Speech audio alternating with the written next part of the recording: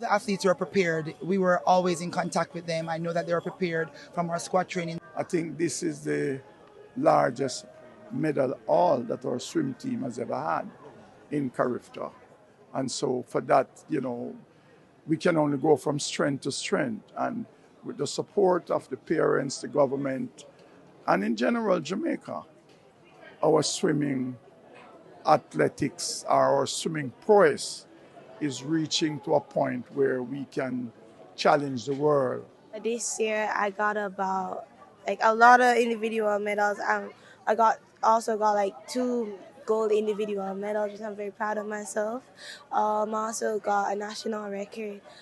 I'm very proud of myself and I'm proud of my performance this year. I was able to drop time in most of my races, and one of my favorite races that I did was my 200 fly.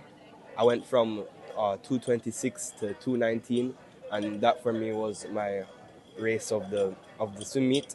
I was really excited to represent my country, and I was really proud of individually medaling in the 50-meter breaststroke because I've been working really hard towards that race. We medaled in all 4 relays, which I'm really happy with, and 2 national records in both of them.